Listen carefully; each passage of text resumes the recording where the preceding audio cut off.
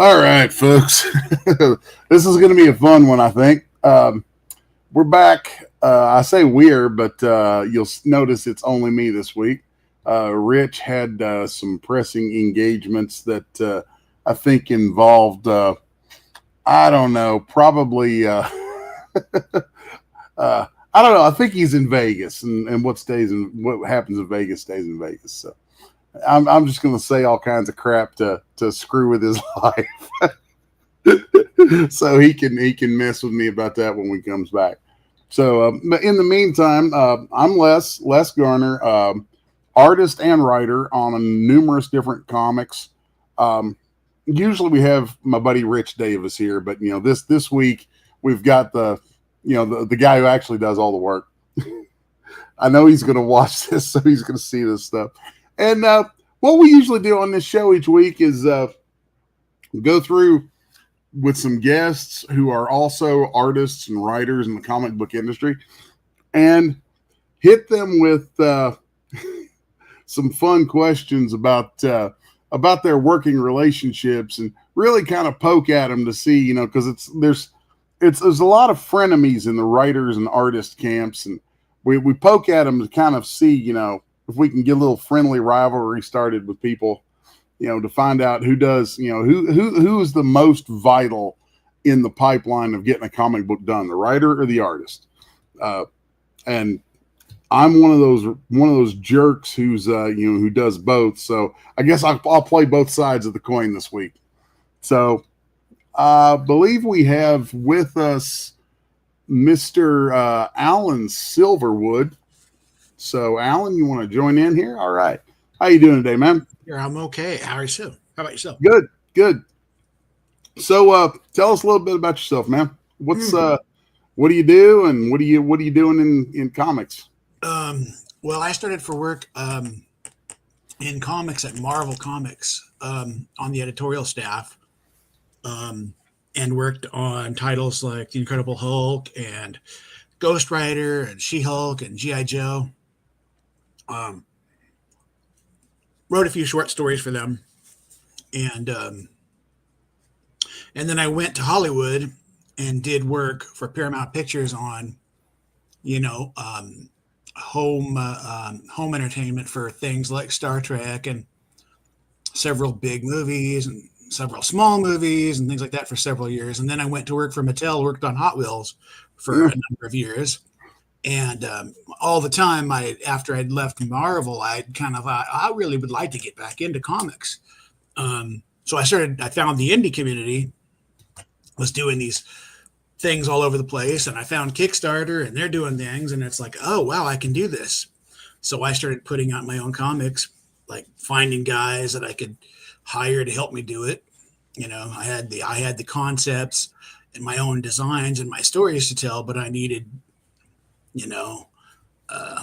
artists and I needed funding and all that. But so I got back into it and got started doing it. In the meantime, I wrote a couple of novels,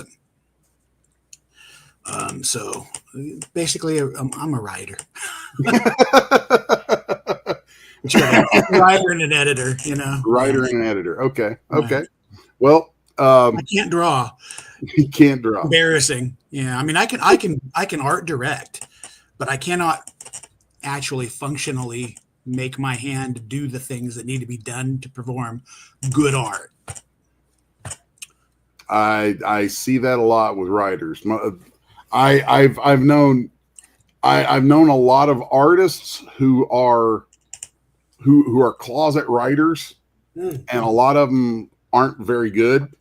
It happens too. And I've known a lot of writers who wish they were artists, and the difference I see between the two is the artists will certainly try to write, and but a lot of times the writers, they're like, nope, I ain't even stepping into that. Nope. Yeah, we can recognize our shortcomings on the art side. Sometimes the artists who can't write don't recognize their shortcomings on the writing side. So most of the comics that I'm involved in, I actually probably 50% or more of them, I'm both writer and artist, but I'm very very persnickety about writing. I'm the artist who gets under the skin of the writers I work with, which if Rich were here, he would definitely attest to that, because Well, I mean, the thing is, it's a last visual. books he's done that I've drawn them. So It's a visual medium, so people will be a lot more forgiving of a weaker story with if they like your art yep. than they will of a good story if they just don't like your art. I'm going to quote you on that to him, because I mean, I think this whole setup here with this podcast came about because of he and I always just getting on each other about the I don't personally. I have a way of looking at it where it's like I think they're both equally important, but at different stages of the consumption. It's all about like, sometimes it's kind of like, I mean, if you're just a writer, you aren't going to get a comic done without an artist. And if you're just an artist, you can get a comic done without a writer. It just may not be any damn good. Yeah. So I mean, there's where we at, there's where yeah. Well, and I know personally, if I pick up a comic, it's probably because the artwork dragged me in. Yeah. And if the story isn't good enough to keep me there, no amount of great artwork is going to pull me back. And I see a lot of times where there are stories out there that get a lot of accolades and, this is a good story, it's a good story. And I look at it and I go, why is this a comic book? There's nothing visually stimulating about this. Even with a good artist, it's like, this really should have been a piece of this should have been a novel or a short story. There's no reason why this is a comic book. This comic book is a visual medium. If there's no visual stimulation, if it's just a guy walking around in a t-shirt and jeans having conversations, I'm like going, I don't really want to, I mean, write a story. It's like, that's a story. That's not a comic to me. That's comic has visual stimulation. It's good for me to hear that from a writer, because like I in talking with writers and people who want to be writers, I tell them the same things I tell artists all the time. I'm like, it's not have you read, it's how many times have you read Comics and Sequential Art from Will Eisner? How many times have you read it? If that number isn't at least 3, we're not even having a conversation yet. That was my first favorite. The Spirit was out like I think before I even discovered Marvel and DC, I had found in the store a copy of The Spirit, and I was like, that's interesting. And I picked it up and I loved it. And that was probably my first introduction to comics. Probably the first great piece of advice I got when I was trying to get my foot in the door in comics, I think I was about 19 years old. And I remember very specifically who told me this was Joe Quesada. Tells me, he's like, okay, you need these books. And I took notes and made a list of every book that he said I needed. It's a good idea. And it was funny because like when I pulled out a little notepad, he's like, what are you doing? I was like, I'm taking notes. He's like, are you serious? I was like, yeah, I'm serious. I'm like, that's why I'm here. But Comics Sequential Art was at the top of that list. And to this day, I think I've probably been through about 5 copies of it now. And it's often about the sequential art. I mean, if you look at some of the art that's fantastic for storytelling, it's not always the most beautifully rendered stuff. Sometimes it's mediocre, the rendering. It's the storytelling. Yes. That really grabs you sometimes. I mean, beautifully rendered art will grab you, but the storytelling has to be there for it to really be great. A few things are as disappointing to me as if I see a book and I'm like, wow, that's gorgeous. I buy it, I start reading it, and I'm like, this doesn't, like it's lots of well-drawn images. Yeah. But they don't, I'm like, this is a comic book. Why are you not using the medium as the medium is supposed to be used? Yep. You see a lot of that. Yep. That's something that really, really irritates me. I personally, as an artist, I think I'm decent. I think I'm pretty decent for having been doing this as long as I have. But when it comes to actual rendering, that the rendering is always second behind the storytelling. You know, if the storytelling is not solid, then the rendering does not matter at all. Yeah. Yeah, that it's very nice for me to hear that from a writer though who sees that. So, Well, I mean, there is a bottom level to what you can do with your rendering, no matter how good your storytelling is. Your rendering, if you're doing stick figures, you can be the best storyteller in the world, and your rendering needs to be better too. I mean, there is a I mean, there's a quite a bit threshold below there. your bad rendering can be too. You know, I've seen Yeah, some bad rendering that I'm like, that rendering is so bad. I don't care if the story is good. I'm not going to try to fight over yeah, what I can understand in these images. You know, it's like yeah. nah. So there is definitely, I mean, it definitely is a factor. I wouldn't say it's a non-factor. It may not be as important as the storytelling, but there has to be some level of understanding things like perspective and proportion and that sort of thing. So it's still important. The fundamentals need to be there for sure, definitely. But you can look at. There's a lot of stuff that I've seen in the last few years that I think of as being kind of retro, Yeah. where the art is using thicker lines and is very simplistic. And the guy who I look to as being one of the spearheads of that was Mike Allred, Uh-huh. back with Madman and all the stuff he was doing forever ago. And it worked. It worked. There's some guys that are doing a great job of that stuff. Yeah, and it's not the kind of stuff that really turns me on. Although I love, David Mazzucchelli. Well, here's the thing. This is where we get into style, the discussion of style. There are stylistic things that people go bananas for, big names that I look at and I'm just going, I'm not into it. It doesn't work for me. That's when it comes down to a style thing. If it's like a guy has the art skills, it's like I can recognize the art skills are there, but I don't glom onto that style. It's like, is the storytelling there? But then the style thing becomes a very subjective thing. That is a person to person thing. And it's like a lot of people might love that style and it might go real far. And there might be people who can't stand it. And it doesn't mean it's bad art. It just means it's not for them.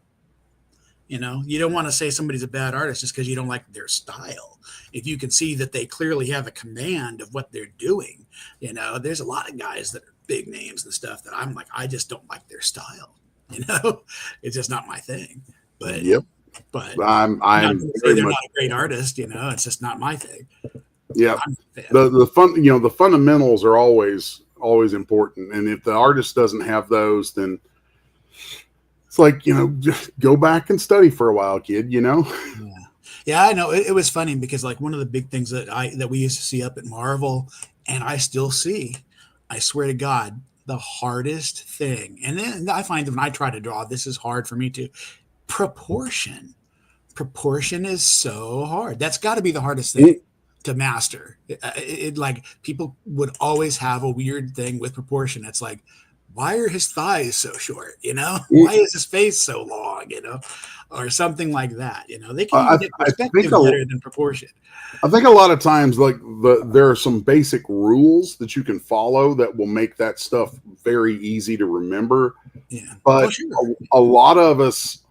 A lot of artists they'll kind of look at those they'll look at the simplest rules and they'll go, that's so simple, and they'll just kind of and they'll blow it off and go on. They assume it's going to be just there, and it's like, well, no, it isn't always just there. Yeah, it's like, no, it's like, take your thumb and use it as a measuring tool. It's like there's a reason that's an old stereotypical. Yeah. And it's like if it worked 600 years ago, it probably still works. Yeah.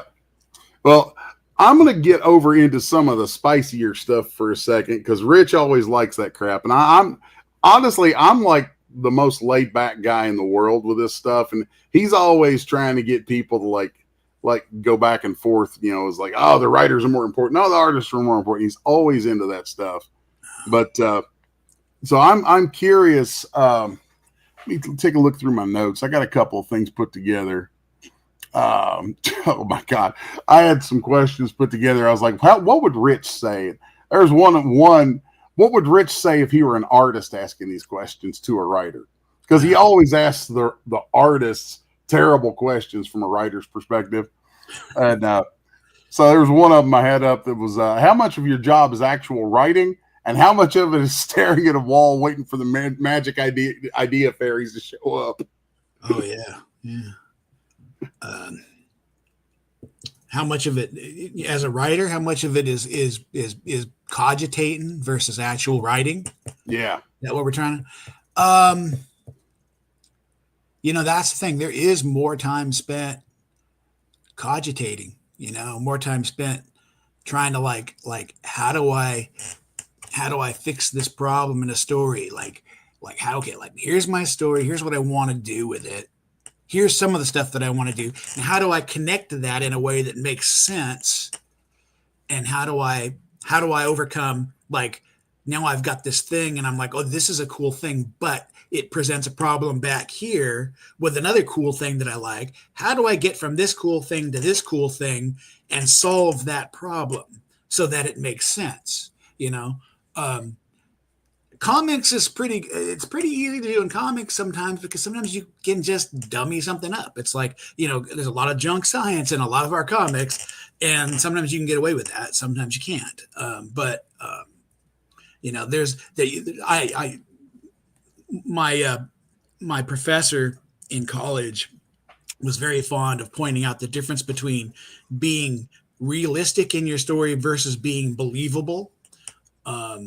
Sometimes your stories, if it's a fantasy story or a science fiction story or like superheroes, it's like, well, that's not believable, is it? Because it's not realistic. It's not realistic. I'm sorry, that's what I meant to say. That is not realistic because it's not real and we know it's not real. However, it can be believable within the confines of the story mechanics. If you've set up a world and you've established that these are the parameters in that world, then it has to stay believable within those parameters. And that is sometimes the biggest struggle you have as a writer is remaining believable within the world you've created or set up and established with your story. So that there's a difference between realistic and believable. It's like most of our stories are not realistic, but believable is all about staying true to the principles and the world and the structure that you have established as you go in your story. That brings to mind something that I harp on writers about all the time. I can think of about 4 different projects I've been on in the last 3 to 4 years where I have asked the writers, do you have a Bible, a story Bible I can look at?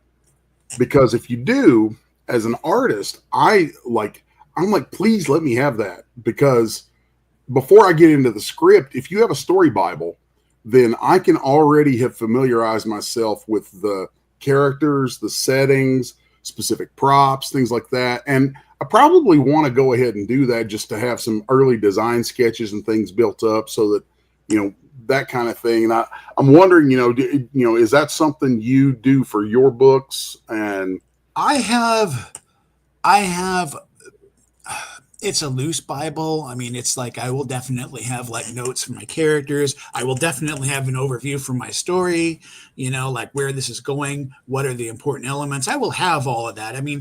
I call it a loose Bible, but what's interesting is that rarely am I ever asked for it by artists. And I'm like going, why don't they think to ask for that? They really should. You'd think that they would. I don't think to offer it to them either, but it's like, certainly it seems like something that I would like, oh, if somebody asked, I'd be like, well, that's good. That's impressive. I'd be impressed by that. Somebody asking about it, that's kind of impressive. It's like, yes, okay, here you go. I will tell you this stuff. It's like, it's hard to work with an artist on a story when you're trying to keep them in the dark for what's coming, and it's like, you don't want to do that. You want to let the artist know, everywhere you're going, but you don't, as a writer, you're just thinking about getting the next page back from them. So you're not always going, here's the whole story, because if you dump it on some guys break down. It's like, that's it. They just they just break down. It's like you gave them too much, they can't handle it, they stop drawing, it's over. So I'm going, I don't know which is which, but I would love guys coming to me and going, I'd like to see the whole story. I'd like to see whatever, everything you've got. Give me everything, all the notes, everything.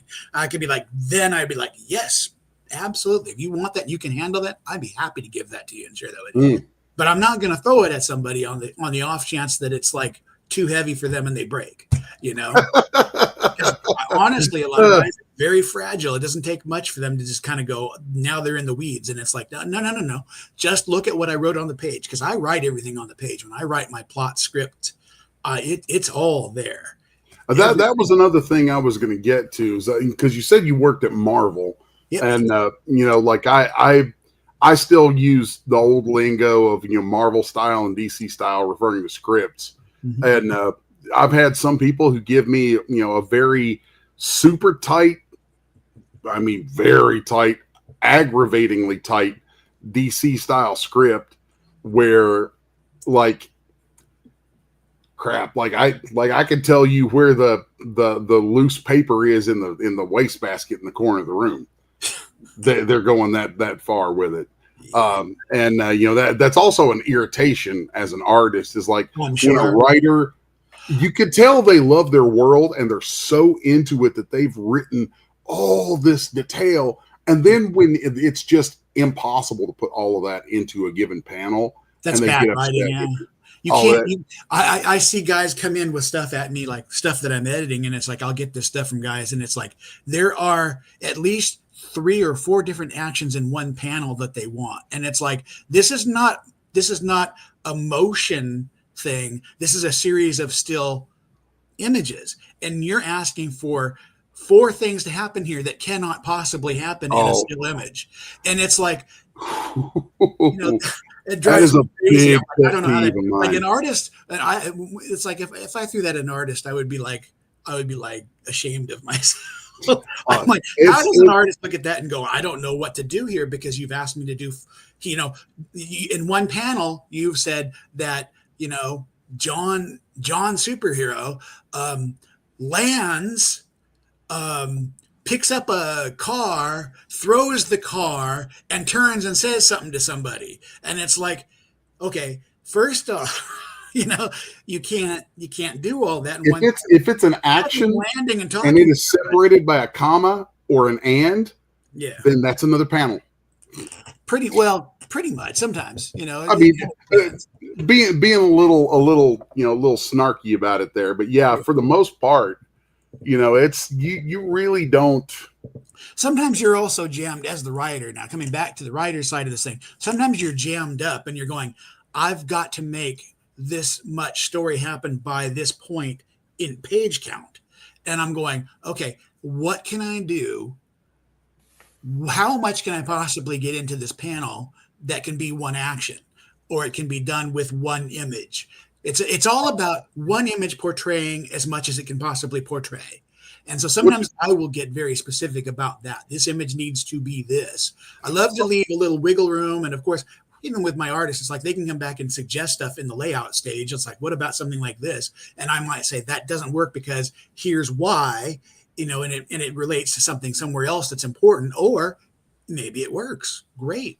That's kind of important, but it is about getting, in order for the story to be told, what images need to be shown to say these important things, these points that don't wind up kind of leaving a hole in your story, Something I see from time to time with writers that I understand it and it has its place, I think, is like sometimes I've seen writers who will run into the kind of thing you're talking about where they're like, oh God, I've got to get from point B to point E.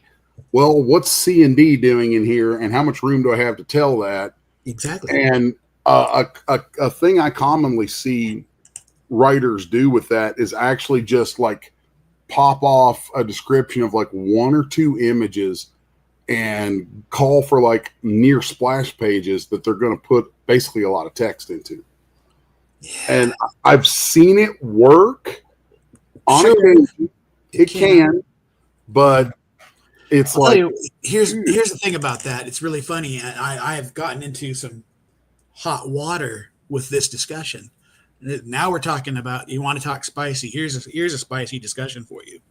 I got into. I didn't know this was even controversial. I came out of Marvel. At Marvel, here's the thing that happened. Here was the process. Okay, the writer turned in a plot, and the plot, however loose or tight it might be, went to the artist, the penciler, came back, and then the writer got the pencils would go to the inker, but the writer then does the script from seeing the actual drawn art, which yeah, was putting wonderful words for in someone mouths. like Peter David, who was amazing at looking at the art and playing off of the art. He would play back and forth with his artist. It's like, that's amazing. And his skill at that was like kind of That's a very legendary. specific skill. That was legendary. But the thing is, here's the thing. Now you're doing the script, looking at the art as the writer, and I'm going, okay, so the writer puts in the balloons and numbers them and writes the script on a page to tell the letterer where to put the balloons in these panels, because he knows what information needs to come first, what information needs to not be covered up in the panels, stuff like that. He knows that because that's the story he wrote. So for me, there was never any controversy about the idea that it is the writer who does the balloon placement for the letterer. And then I got into doing indie stuff, and suddenly there was somebody one day talking about like the letterer does the balloon placement, and I'm like, why would the letterer do the balloon placement? He's not the writer. And a couple of letterers understood what I was talking about. A couple of letterers went bananas. It's like, well, it depends on whether or not you've ever been a writer, I suppose. But a couple of them went kind of bananas on me, and I'm like going, but you don't know the story. And it's like, I've seen stuff come back where it's like, and there's a very specific, on any given page, order in which these balloons must be read in order to make sense.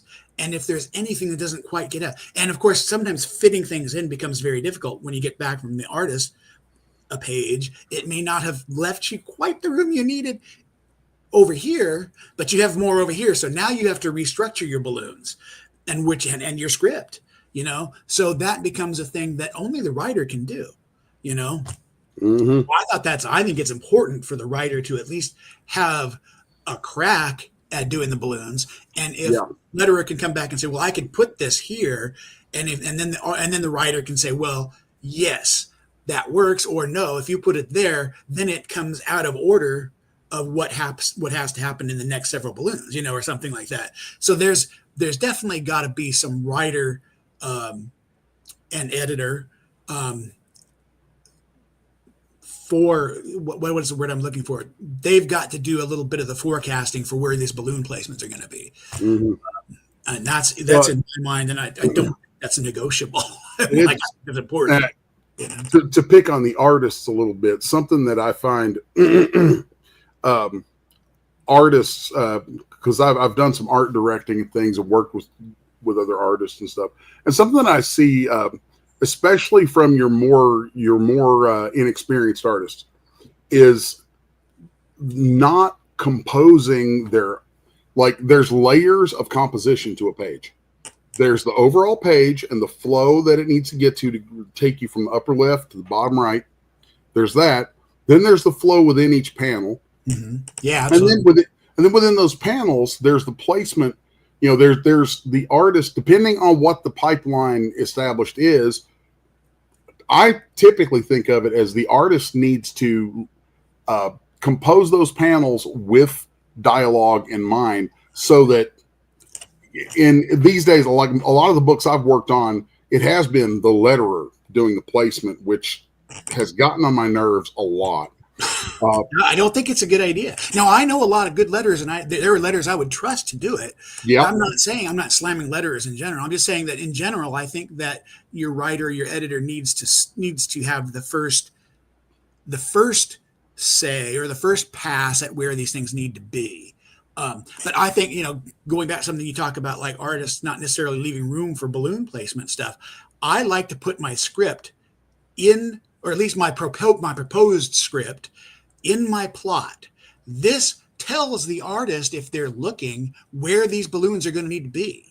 You know, it's Yeah. like if you know that character A is going to say this before character B says this, then you know there needs to be room for a balloon from character A before a room for some. And sometimes they'll have it slammed over so that like suddenly character B has to speak first or something. And it's like, no, didn't you see in the script in my And you end up with where I put it?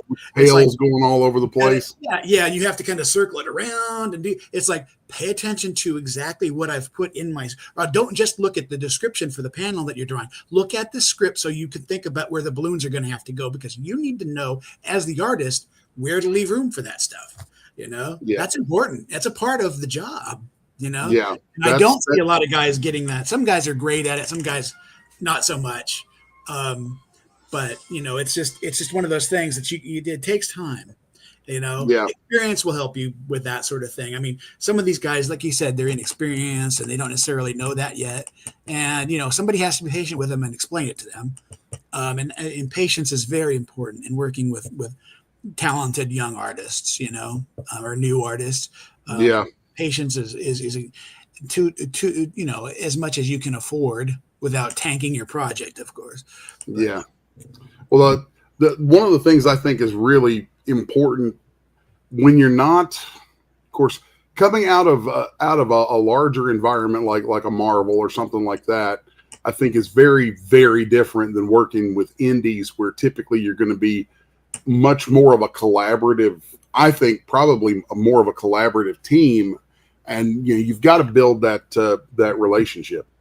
Yeah, I mean, sometimes I mean, here's the thing: if you're the creator and it's your project and you're paying the bills, it's like, oh yeah, it's like, well, you're doing work for hire. I mean, yes, you're talented. Yeah, you can do whatever you want with your art, but you're hired for a job. That's a different thing. You're not. I'm not giving you money to do whatever you want. I'm giving you money to do what I'm giving you money to do. That's a thing that's always been hard. Now, when I worked in studios in Hollywood, you know, doing advertising and stuff, artists would be losing their minds because it's like they would do a beautiful thing and send it to the studio, and somebody at the studio wouldn't like something. And it's like, but that is perfect. That is a great piece of art. It's like, but it doesn't do what they need it to do. You're working for them. You're a great artist, and no one's taking away from your talent. But in the end of the day, the person who's paying you, you've got to do what they need you to do, you know, regardless of whether you think it's good or not. Now, there comes a point where you might say, I can't do that and come out looking bad like that. And that happens. Let me tell you, as someone who's an editor, there are times when you're like doing editing for people and you're like, and then they go and they pass that by and they put it out and put you down as the editor, and you're looking at it and going, this is a disaster. This is nothing I would have approved, and it makes me look bad. I'm like, don't do that. You know, you have to know where you're compromising your professional reputation. Your professional reputation can be compromised. However, sometimes it may not be what you want, but it's not compromising your reputation, you know? So you kind of have to know the difference. It's like, as an artist, it's like, well, that's not what I would do, or it's not what I would think is best, but I can still do it and get, you know, obviously keep myself employed, and keep getting work by just doing this and going, okay, it's not my favorite idea. It's not exactly what I would have done with that, but it's fine. You know, it's just not my favorite thing. So I'm like, I don't have to feel like my reputation's at stake for doing it this way, because that's what, you know, was asked for of me. But then there comes a time where it's just like, it's too much, you know. I'm sure that happens, but you know, I took kind of probably a similar kind of round robin path in, out, and back to comics that you did. I worked as a technical director in 3D modeling and animation for about 20 years. Cool. So, you know, a lot of what you're saying, yeah, I'm like, yes, you're preaching to the choir, because I've had to manage like teams of art up. I think the largest was about 40 artists. Oh yeah. And man, it is cat herding. It is. Oh, yeah, and that's not that now. Cat herding is a thing that goes way beyond just artists. I work with teams of writers and stuff, and it's like sometimes it is very much. I should just use this term with somebody. It's like I'm herding cats. It's all about like getting people to communicate back to you. Communication is the thing. It's like if I was to say one thing that's more important than anything else at all, more important than how good you are at anything, it's communication. It's like if you say I'm going to work with you, and they say okay, you can work with me or whatever. You need to communicate regularly. You need to answer every email and every question in every email. You need to respond, and you need to do it in a timely fashion. And if you can't, you need to explain why. Because at some point, someone's going to say, this person is not communicative with me, and I need someone who's communicating with me. And now I'm sitting here months down the line from where I should have been done with a comic, and you have cost me a window of opportunity that I had that is now gone thanks to you not communicating with me and not turning in your work. I mean, the communication first, like Yep.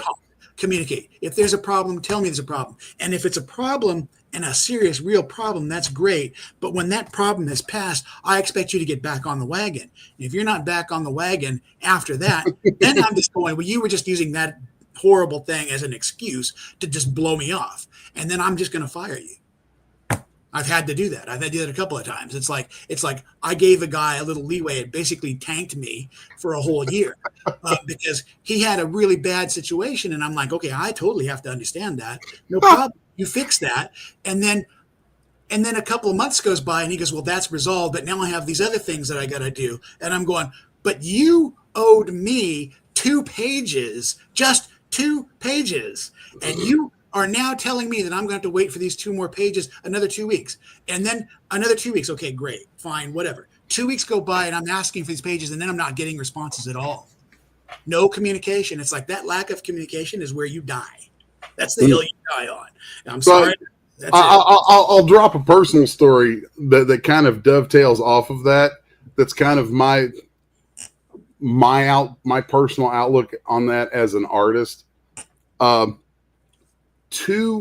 Almost 3 years ago now, I started working on a book called Homestead with Dirk Manning. And love Dirk, great guy, one of my favorite writers in the business, been friends with him forever. So Dirk and I had been wanting to do this book called Homestead for a long time.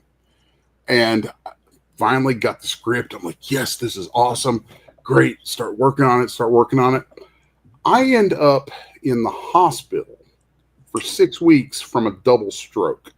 Oh, Jesus Christ. And wiped out the entire left side of my body.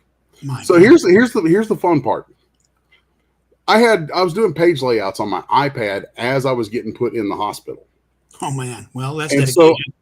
So I'm in the bed after they put me in, and I've got my iPad there, and I literally can feel my left arm just drifting away. And I'm like, don't care. And I keep drawing, and I finally called Dirk, and I'm like, hey man. And he's like, oh dude, what's going on? And I was like, well, I just want to let you know I might be a little bit late with these layouts. And he's like, what's up, man? What's going on? We can work on something. I was like, well, I'm in the hospital. And he's like, what's up? And I was like, well, I had a stroke.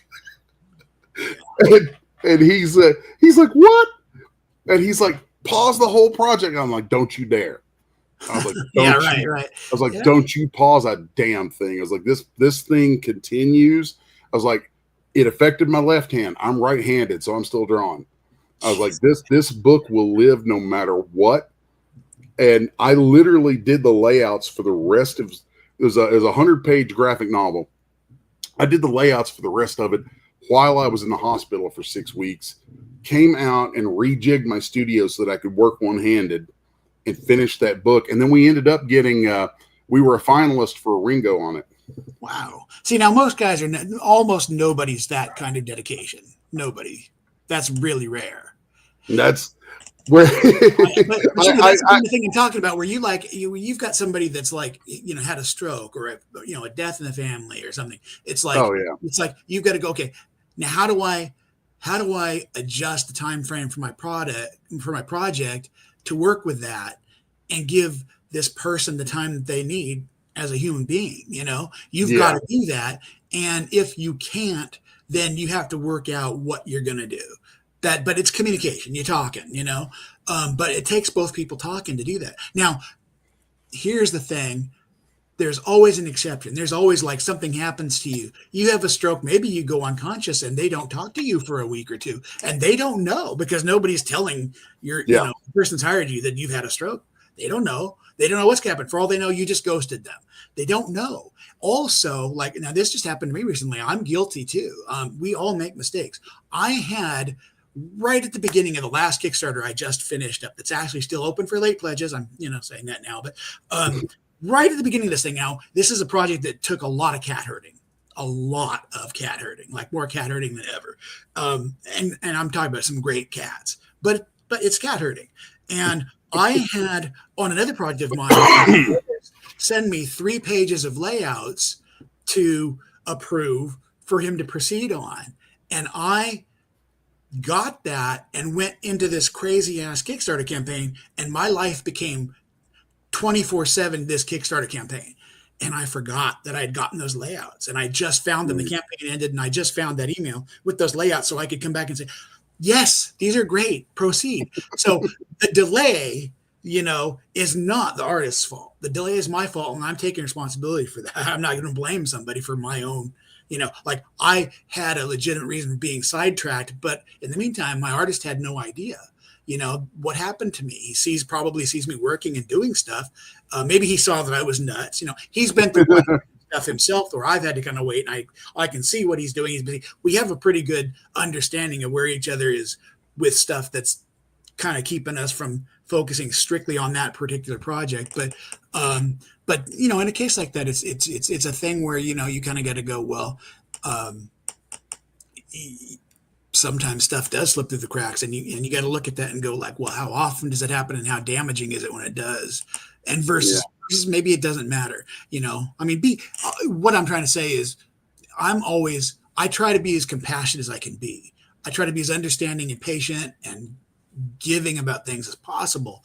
It takes a lot for me to say to a guy, I'm sorry, I'm going to have to replace you. There has to be a lot of factors before I will say, I got to go with somebody else now, So I think people are human, and we are not perfect, and we got to think. It's because I've known people in the business who are really kind and really compassionate and very, very easygoing, and then I've known some people who are just absolute ball busters. Yeah, and I personally think of myself as being somewhere kind of in the middle of that. Yeah, I probably am too. But I can appreciate meeting folks who are who understand that there is life involved in things. This is the way I think we should all work with everything in the world. It's like life is also a thing. Dirk was fully ready to just pause that entire project for as long as it needed to be paused. And I was very grateful for that. We did end up rejigging some time frames on it just a little bit, but not that much. Well, yeah, sure. That's definitely going to slow you down. It was it was interesting because I absolutely insisted. There was a set of paintings I was going to do for it, and I was like, nope, I'm still doing them. It's like, my attitude about it was, I have to do this. This is how I make my living. That's a lot of people have to deal with that every day. Yeah, going to work. It's a job. It's work. It's like if you don't, it's not a hobby for me. I have to get this stuff done. This is what I have to do, and if I can't do that, then it's a life of disability for me, and I'm not cool with that. So, nothing against anybody who needs it, but, let's see. Somebody said, oh, there was an interesting comment there. Sometimes you need a project to force you to get better when you're sick. For me, that's one of the things I told Dirk was that, I was like, if it kills me, this book gets done. He was like, I'm not going out on an unfinished project. Like that's been a thing. My wife jokes about it. She thinks it's funny that, I'm like, always have like 3 different projects going on. And there's always an unfinished project. I'm like, well, I can't die. I have an unfinished project. I mean, I'm severely ADD, like diagnosed, like not get no joke. I am severely ADD, so I have always got more than one thing going on because I can't stay focused entirely on any one thing for any length of time. You know, it's Oh, like I got to bounce around a little. I would. My dream scenario for work is that I have a project, and that's all I work on is that project. One thing from start to finish. Then another thing, because I was saying this to dude behind the scenes earlier. It was like I am wickedly myopic. Like I'm a dog with a bone, man. That can really I'm work after your that advantage, bone. I'm on that, and I will forget everything else. Nothing else matters until that job is done. So and when I'm able to do that, I'm happiest. So that's that's one of those oddball things, and unfortunately, it actually ends up a lot of times where the other folks in the project there will be windows of time that come up that I have to fill with other work because of slowdowns in the pipeline or whatever. Say, oh, well, this needs to go to the colorist or this needs to go to an inker or, whatever it is, you've got multiple people. So there's almost always going to be a speed bump somewhere. And when the speed bump hits, I'm like, well, I have this much time that's open now. I have to fill that time to make my living. So I end up with 2 or 3 projects. It just happens. So, that's just man, I am enjoying this conversation quite a bit, dude. I was really I'm glad. I was like, I'm not sure what I'm going to talk about with you guys, but okay, let's do it. Well, I mean, it's usually Rich usually likes to push the spicy side of things and get people to he's like, come on, name names. And, it's like, try to get people to bitch about artists or bitch about writers or whatever. But, I'm always the peaceful guy who's like, no, man, I just want to talk about the business and, find out stuff from people. So I could name names of people, but it's like, honestly, for the most part, I don't have a lot of bad things to say about anybody. There's not a lot of people that I'm like, oh, that guy here. It's like I've had some bad experiences, didn't work out with a couple people, but it's like it didn't make them a bad person or a bad artist. It just made it maybe a bad match, And I'm like, I'm willing to acknowledge that. It's like, let it go, So there are guys who have gone off on, like just kind of gone off and ghosted me in the middle of a project, and then sometimes some of those guys will come back and I'll work with them later. It happens like that too. But I've had some guys that have just ghosted me to the point that I'm like, I can't ever give you work again. It's just too risky. Yeah, that's really the only thing. I did the obligatory Google search, before getting in here, and ended up on. I'm pretty sure this is your homepage. Alin Silverwood, speculative fiction. Is that you? It's a dead page. Yeah, it's probably. It looked like it might be a little bit old, but that was a dead page. It's outdated, and I haven't had. What happened is the guy that was doing my web pages and stuff. Something changed, I think, with his job or something like 3 years ago. So my web pages are all at least 3 years out of date. I have to redo them myself, and I've got somebody who's trying to help me do that right now, but they're not anywhere near. I have said this before on here, and people laughed at it. That when it comes to art and writing, those who can do, those who can't, have really up-to-date websites. That's probably true. It's very true. Like, I know my website right now is 4 years, 5 years out of date at least. Oh yeah. See, I'm just like, not just me. Don't know when that's going to get fixed. I actually am in the process now of probably taking my personal name website and wrapping it up under my Pop Skull website and just having it be, like one section of my website is me. And then the other section, the rest of my website is my publishing thing. It's Pop Skull, Okay. That's rather than just we're talking about that. What's the URL for that? What will be the URL for that? Okay. You can do popskullpress.com, and that's another one that was done at the same time as my author one. Popskullpress.com is there, but again, 3 years or so outdated, or 3 or more years outdated. I But got you. it's there. I wind up using more of my page on Facebook at this point, Isn't that kind of the way? Like I'm the same way. My Facebook presence is the main place that people find me for things. It's easy. It's like for all of our frustrations with Facebook and all the things we're frustrated about, it's still easier for me to do stuff on my Facebook page than it is for me to do an actual web page. I mean, I still pay for hosting on a Yeah. yearly basis, Yeah. and I probably use my hosting more for the back end storage than I do the actual web service. That's funny. Yeah. Yeah. Well, So it kind of works, but it is what it is, man. Eesh. So I was curious about is I'm just looking and I see a lot of different genres of work, and I know a lot of folks yes. tend to kind of pick a lane and stay in it, but Not you know. Nope.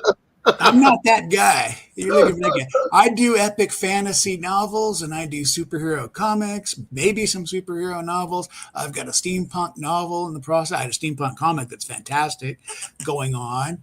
I've got some paranormal stuff happening, and yeah. Oh, man, I that's great. also edit for some mystery authors, including a USA Today best-selling author. And I might be working on some mystery novels as well. My problem is that in the last 3 years, here's the thing: I was just kind of getting things ramped up and going between the pandemic. I think during the pandemic, I kind of like shifted my mindset.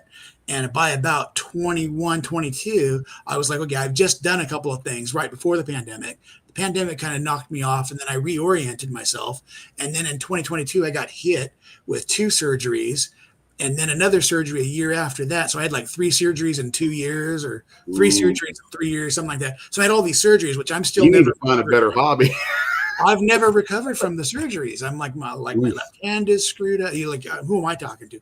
But like I have problems that I haven't been able to quite recover them, and it's derailed everything. I had all this stuff I kind of started juggling all these balls in the air, and now I'm kind of going. They're still kind of like I'm trying to keep them in the air while I'm like going. I'm working kind of like half. Like I'm not. I understand that all too well. I haven't been able to type in almost 3 years now. So I do like all of the writing that I actually finished a novel about 4 months ago, first draft of a novel. Awesome. But all of the writing that I do with voice to type. Yeah. I speak it all out, and then I'll hunt and peck to go back through and tweak it. If I try to type steadily for more than an hour with my left hand seizes up, and then I have to kind of break it loose, and then I can't use it for another day. Oh man, it's just screwed up because I had something go wrong with like a bulging disc that basically started making my whole left arm die. My left arm was basically dying. I was losing the use of my left arm, and they had to do the surgery where they had to cut off a piece of bone to let this bulging disc stop pressing on the nerves of that arm. Nerve impingement. Sounds like a nerve impingement. Some permanent damage had already happened by the time that we got to that surgery, because I thought I just had a pinched nerve and I kept trying to work on it like that. And that was not the case. So, and you know how easily. And the other thing is, I had this surgery, this big surgery on my face, and they basically cut my head open like a Pez dispenser and had to move some of my jaw stuff around. Ooh. And unfortunately, when they put it all back together, I had been like disconnected for so long that the nerves are dead. So like my bottom lip and my chin area, this is all, I want to say numb, but numb isn't really the way to describe it. It's just kind of tight and paralyzed. Mm-hmm. And yeah, sometimes numb too, but it's like, and that's constant. So it affects me talking and speaking and eating. And it's like Chinese water torture because it's 24/7. If you imagine someone running up to you and just grabbing and clenching your face like this, like on your face, this is what it feels like 24/7, relentlessly. See, the The Nope. left side of my mouth is exactly like that. Like that. It's like you'd think that I had a stroke or something, but it's like Yep. it's just this is just nerve things, I think, or muscle and nerve. I don't know what, but It's it's terrible. Isn't it just like doesn't it just eat at your brain all day long, all night oh long? I don't think you can see on here, but like sometimes people see it because I'll have my camera in different angles. I've got a wall of guitars hanging behind me because I've Oh wow, played guitar since I was a little kid, very cool. and right now is the longest I've gone without playing a guitar since I was 6 Oh man, because my left hand. And they told me I'd never walk again, huh. and said I'd never walk or use my left arm again. But And you're still drawing comics. I'm still drawing comics. Well, and I spend actually where I'm headed to as soon as we wrap up here. I go to the gym every night, and I've gotten back to where I did last week. I did a 500-pound CrossFit sled pulled for 75 yards. Well, you were taking care of yourself, sir. So I've been a martial arts and weightlifting nut for over half my life. So like Fitness the whole will serve you well. yes, Fitness. I'm not very good about fitness. I don't get a lot of action. I've been a hardcore fitness junkie and gym rat forever. So when the stroke happened, like I looked at my son and I was like, well, challenge accepted. Here we go. That's amazing. And so I'm in the gym every night for 2 to 3 hours. Managed to get up to a 225 bench press the other day. So the arm works, but the fingers don't. So I take my right hand and I'll position the left hand on things. And once the finger's there and I put them in position, they lock in, and then I can lift and push and do all kinds of stuff with it. So that's heroic. It's the coolest new thing that started happening is my wife and I have started playing volleyball in the swimming pool with at the gym, and it's not really volley. She's like throwing beach balls up, and I bind my right hand behind my back so that I have to use the left hand to hit it, and that's forcing the arm to get up and do things. And yeah, so I mean, it's all the weird little things that we have to do, right? And sometimes there's doctor. I have seen every kind of doctor, and they will give you a million things, and you'll go home and you'll figure something out. Like I figured out some things after seeing like all these physical therapists and chiropractors. It's like there's a few exercises that I do that I figured out on my own, and then I went and told them about it. And they're like, "That's amazing, do that." And I'm like, "Okay." You gotta think for yourself sometimes. It's like I've been adapting things from like when I was in the reason I was in the hospital 6 weeks was 4 weeks of it was inpatient rehab. And right off the bat, they try to learn your history and stuff like that. And my wife is Asian. My son got one of his black belts under me and things like that. And so like they found out pretty quickly that I kind of know my way around the body and all that. And then anatomy study as an artist, it all kind of goes together. And they asked me at one point, they were taking me through these different exercises. And I was like, oh, that's Chudanuke, that's Sotouke, that's Geidan Barai. And I'm like, going through Japanese names of all these things. And they're like, what is that? And I'm like, oh, this is from what I study. This movement you're doing is very similar to this. They're like, do you have a book on that? It's like, yeah, my wife brought the book in and we adapted my recovery to what I'd been training in all these years. That's amazing. And I still cool. Like I have the germ of a book. I'm about 20,000 words deep in where I've been chronicling the whole experience. Great. And at the heart of it is this phrase that we used to say, karate ne sente nash. Karate ne sente nash. Karate is life. Huh. And it's like one of those things that's just been like my first social media post after they told me I'd had a stroke. I said, from now on, the world is my dojo and every day is training. Yeah. Wow. And that's how it's had to be. Wow. And Yeah, you were talking about the nerve stuff and all that. And it's like, we could probably in private have a really interesting conversation about a lot of that. Yeah, Because, love to talk to you about this. like 3 years deep into this, I have learned so much about neuroplasticity. It's just crazy, man.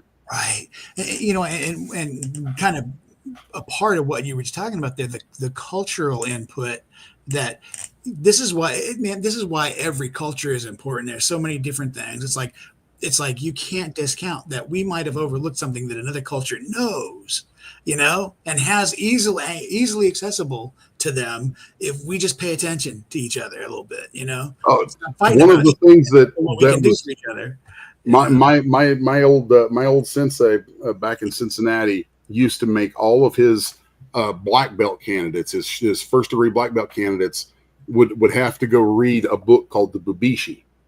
The Bubishi is like this book of like martial arts and all kinds of other stuff from China that was adapted through Okinawa, and it was kind of a fundamental part of karate. Huh. And it includes all kinds of stuff in it about nerves, about pharmacology. I mean, there's a lot of anatomy. I mean, A lot of stuff we call naturopathy over here, and it's like, but it is still good medicine, Yeah, It's like yeah. a lot of Western, stuff kind of still poo-pooing some of that, and it's like, no, actually, Yeah. there's a lot of good stuff that comes from both places, I'll drop a little anecdote about that, and then we'll have to cut here in a second. But one of the first things that they did, of course, when you have a stroke, typically the side that gets affected, the muscles all seize. And so you'll see stroke victims a lot of times, their arm will be up like this. It'll stay that way. Well, mine did that. It tried to do that. Mm-hmm. And one of the first things that and it hurts really bad. And one of the first things that they did was like, oh, here's a medication for that. Here's a medication for the pain. Here's a medication for the spasticity, the locking up. And I'm like, wait a minute. And I said, I was like, if I take this combination of medicines, what's that going to do? Oh, well, it's going to make it go flaccid and it's not going to hurt anymore. And I'm like, I don't want it to be flaccid. I want to be flaccid is not a good word. We don't like that word. Flaccid's not a good word. In the mind of any red-blooded man, no. Yeah, no, that's not a good word. I don't like the sound of that at all. No, it's going to go flaccid, and you're not going to be able to feel it. And I'm like, well, if I can't feel it, how can I do any work to recover what I can get out of it? And they're like, well, we're here to treat the symptom. I'm like, no, you keep those. And I turned down the pain meds, and I turned down the spasticity meds, and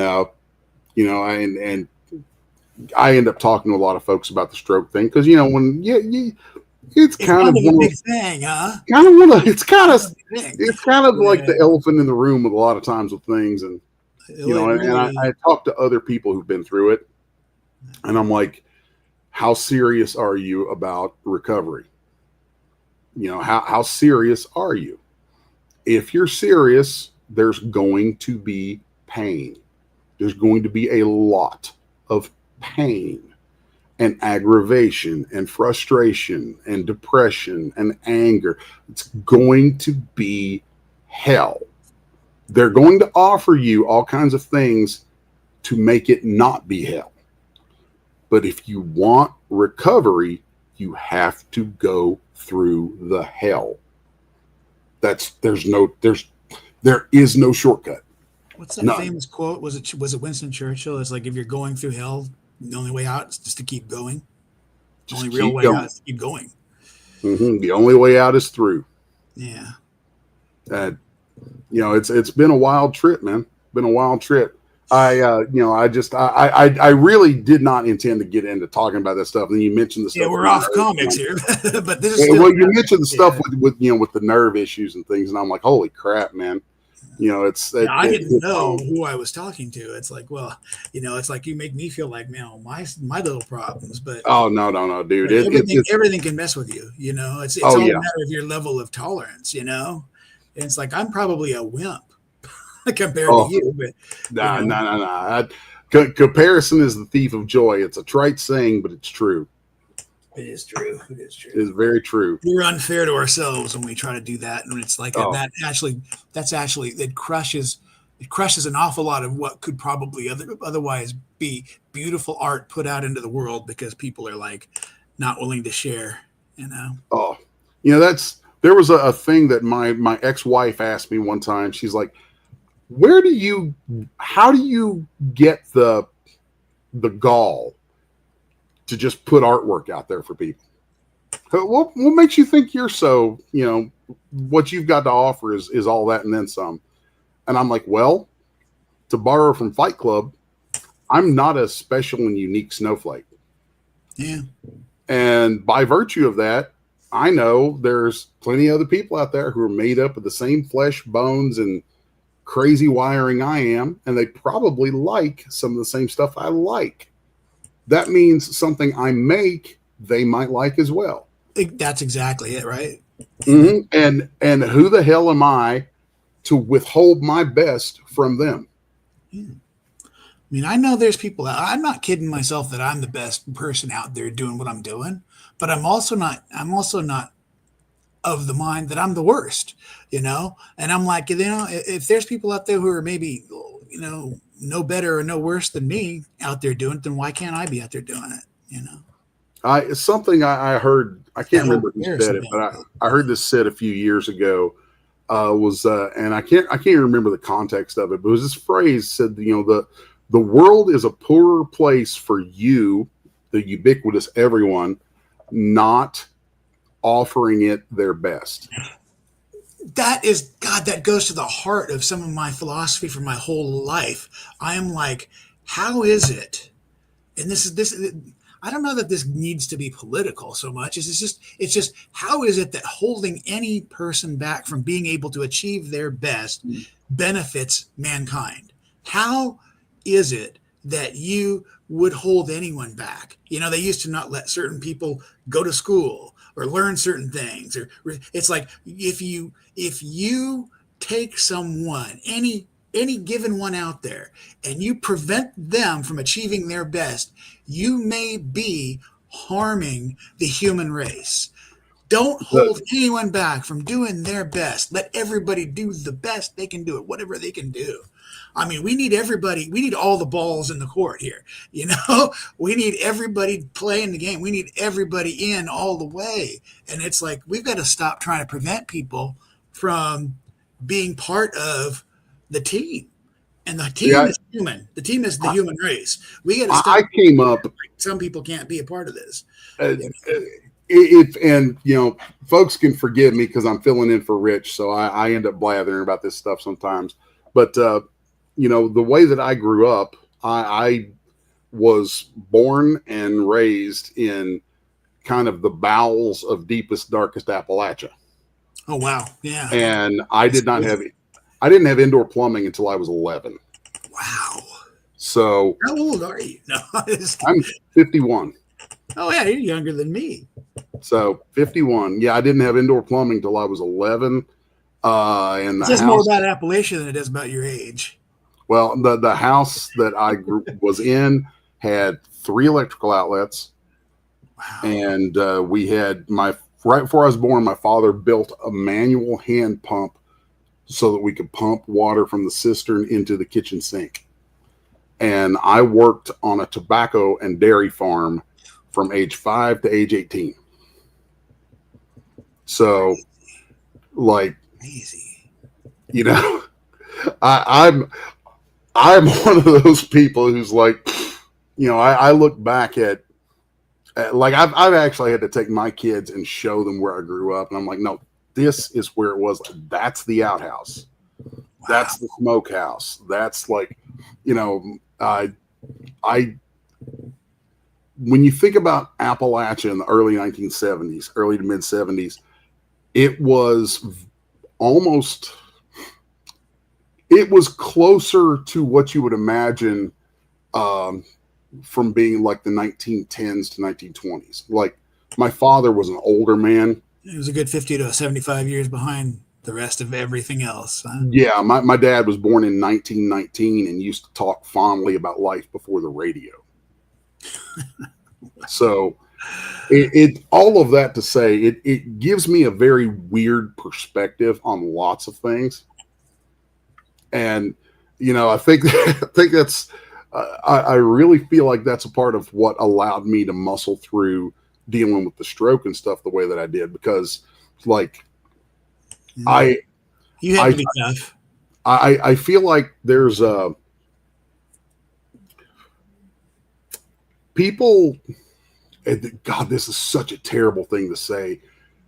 People need to suffer, and it sucks. It sucks. We learn through suffering. But it's like the harder the things are that you go through and you manage to live through, the harder the things are that you can manage. I think it's an education too, in ways that we can learn from it and go like, is there a way we can maybe not,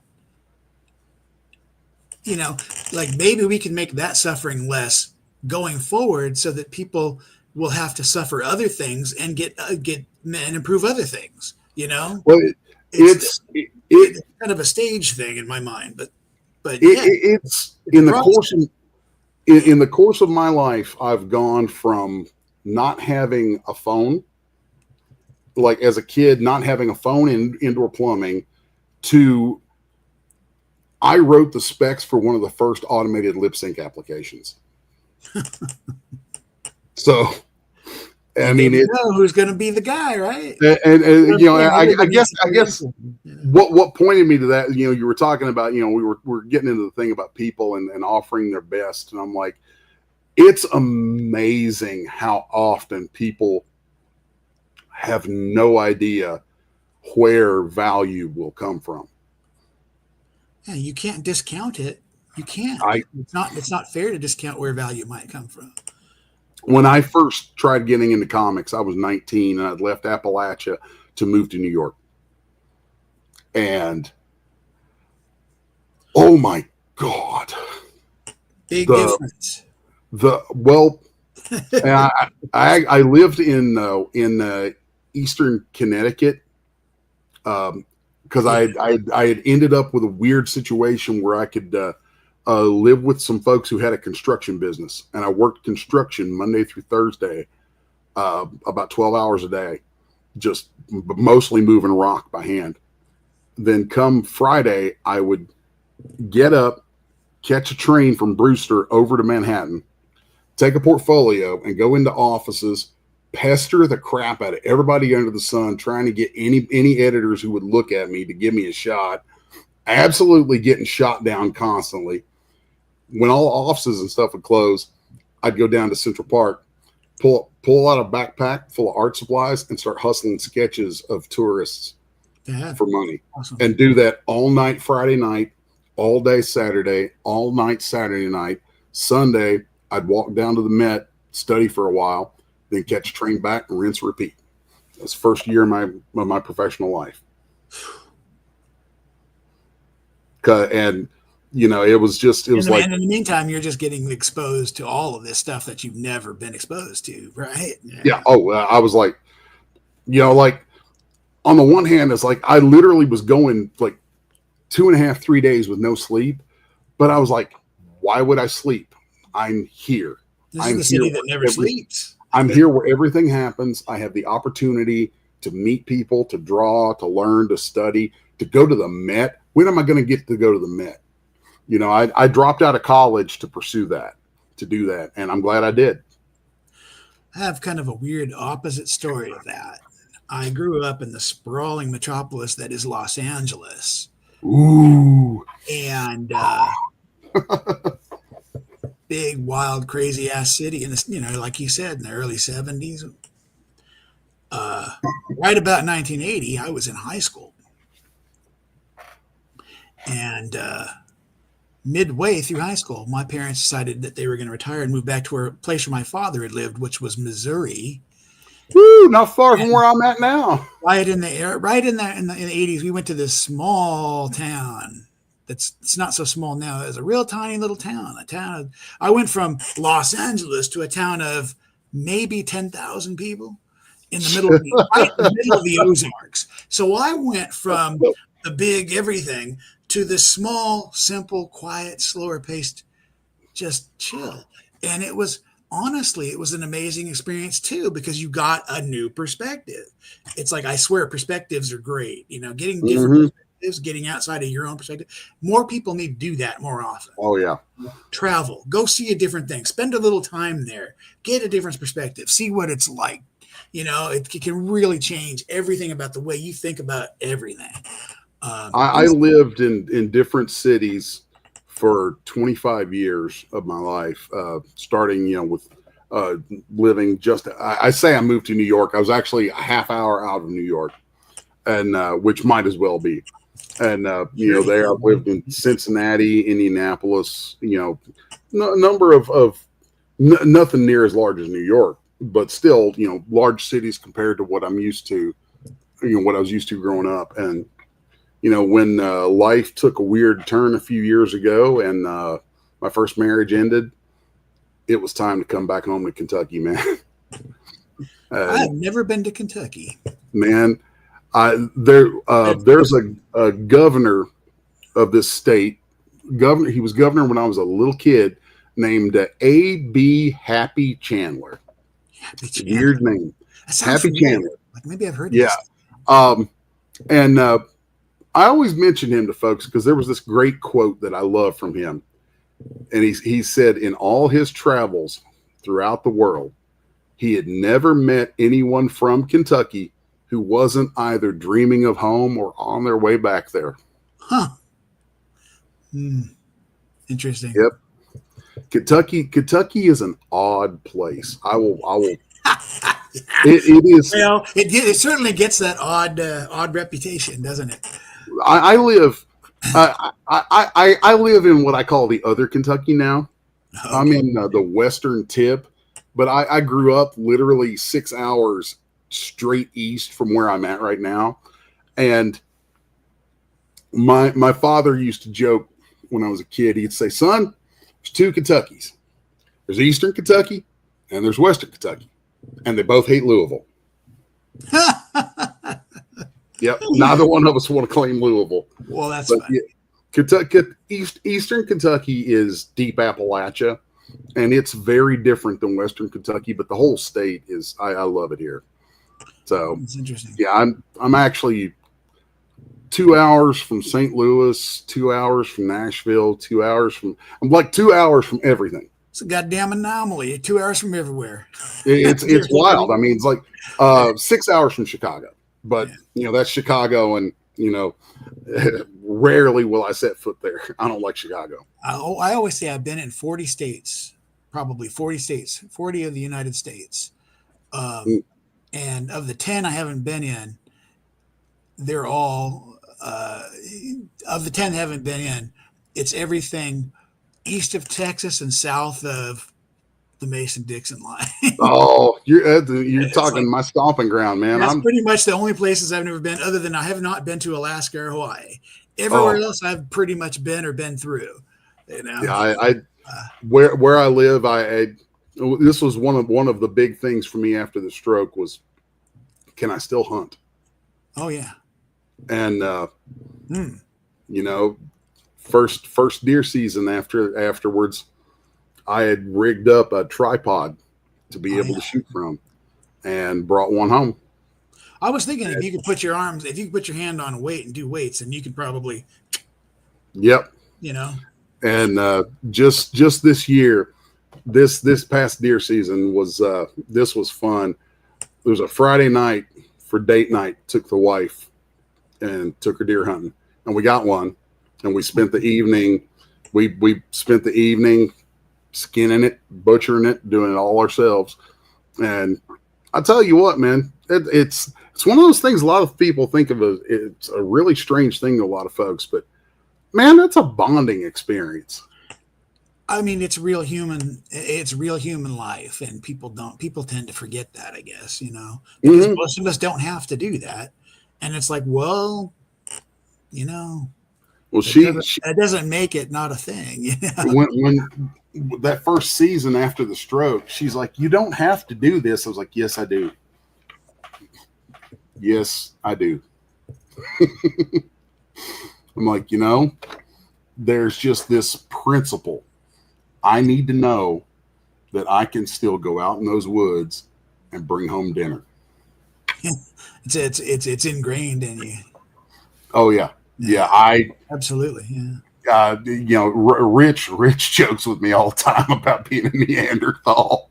But the Neanderthals were actually incredibly smart and ahead of the rest of the people that they were around. So that's actually that's a compliment. Next time he calls you a Neanderthal, just go thank you. Oh yeah, man. You just basically elevated me above the people around me by saying that, because that's what you were. I've told them, I'm like, you ain't met my brothers, man. There's some real knuckle draggers. Well, now that's a different story. I'm sure that's a different story. Pardon me. I got all riled up there because I've actually had the flu for the last 2 weeks. God, well, take care. So there's some nasty that's crap going around. Oh man. Well, I have enjoyed this conversation. I'd love to have you back on sometime. Yeah, great. This is fun. Definitely. I like get you on here and let Rich tear into you, because he's always a hoot with stuff, man. He was talking about how he wanted, he likes the dynamic and the conflict and the frustration and everything. And I'm like, well, there is some. I said, I've got some of that, but I'm not necessarily I'm not going to be your guy that's going to come in there and tell you how much less artists are, how shitty anyone else is, because they aren't what I am. I'm not that guy. That's not the guy I'll be. But, I can definitely point out things that frustrate me. There are things that frustrate me in general about some of the things in the industry. And it's like, yeah, we just, say these things and we piss each other off. And it's like, well, where's, it's like, unless we can figure out how to solve these things and work through them, which I think is what he was saying, this could be done here. And I'm like, that's cool. That I appreciate. That I'll come on. We'll talk about. Like, let's look at some of the actual issues and see if we can talk about solutions that might work, for people when they're having a situation that needs resolving. That's cool. I love solving problems. Absolutely, man. Well, I think that's a great place to wrap this up in a tidy little bow. So I think my guy behind the scenes, I forgot which dude is running the show behind the scenes tonight. Oh no, I'm terrible. He's going to kick my ass for that later. Kyle. But, and I'm the only one you've met in person. Oh my God! Now I will say it was pre-stroke, but I'm the only one you've met in person. When did we meet? When Source Point Press had their convention. And you came up and hung out with Dirk. I'm the comic book store that's down the street from Dirk. Oh wow, that's crazy, man. Meet so many people on this stuff. A lot of it runs together. Yeah, I guess it does. It can. Yeah, can. I don't get out to enough shows. I need to get to more shows. I want to meet more. Every time I'm on one of these things, there's always a bunch of people that I'm going, I want to meet these people in person. And I'm like, where are you? Oh, well, we're back east someplace. I'm like, damn it. I'm like, I never get back east. Where are you at these days, man? Well, I after being all over the place in different places, Los Angeles, the Midwest, New York, Europe, LA again. I'm in Portland, Oregon. There's a big comics community here, and I came here thinking that'd be really cool. So I came here and kind of fell in love with this place. It's a very interesting, talk about an interesting place. And of course, it's been much maligned lately, and people do not understand and have the complete wrong idea about us. It's like, it's not at all what you may have heard, but it's actually a really wonderful place. It's really cool. And I like it here, but I don't get to travel as much as I would like to, as I used to travel a lot. I went and backpacked a few years ago. I went and backpacked Europe. Just by myself. That was when backpacked several months, backpacked and worked as went through 11 countries plus Morocco. So I went to Africa while I was there. And, I've done a lot of traveling, but I'm not very much anymore. I'm not getting out. I'm lucky if I can get across the state line now. I go down to LA because I've got family down there, and I've got, go down there for a disaster every year. So it's just. Well, we'll have to see if we can't get you in a show or two out this way. There's some good shows in Knoxville and Nashville, Tennessee. Oh, I'd love to Knoxville, Tennessee is the most happening city for comics that I've seen. I have been through Tennessee. I got to say, when I was in Virginia and Washington D.C. once, I had an online relationship for a couple of years, and I went out there over land, and I went through Tennessee, and I was there, and I got to see it. It was real pretty too, and I was like, well, I wish I could spend a little more time and go up and look around some of the other places around. But yeah, man. Yep. There's a lot of history there, so I'll put I'll put a bug in some folks' ears and see if we can't find somebody to help bring you out to the region for a show or two sometime. God, I'd love it. I'd do it. I'd love it. It'd be awesome. All right, meet more people. That'd be awesome. You want to drop some links real quick to any Kickstarters and stuff you got going on, so people can have that. Yeah, let me do that. You want me to put it in the chat, right? Yeah, you can put them in the chat and then call them out on here. I've got let me find it. I've got kind of a horror book that started out as a now you're talking my language. Yeah. Well, this started out with a bunch of guys. When I first discovered the indie community, I found a bunch of guys who had these pumpkin-headed characters, and I was like, "Oh, this would be really cool if we put them all together and did like a Halloween kind of story." So I talked to them, and they were like on board. And then a bunch of other guys, with supernatural guys, came in, and they were interested. So we put a bunch of guys together and did this story called Infinite Souls, and we just did the second half of that story. And then the idea is to move on into a book of these characters that are kind of quirky and supernatural. And call it the Twilight Order, and that's where we're going from here. So this wound up being kind of like the story that will break ground for an ongoing kind of collaboration team of interesting characters. So that's actually just wrapped up, but it is accepting late pledges, so you can grab the books. And there's a set of trading cards. It's got some beautiful artists, beautiful artwork.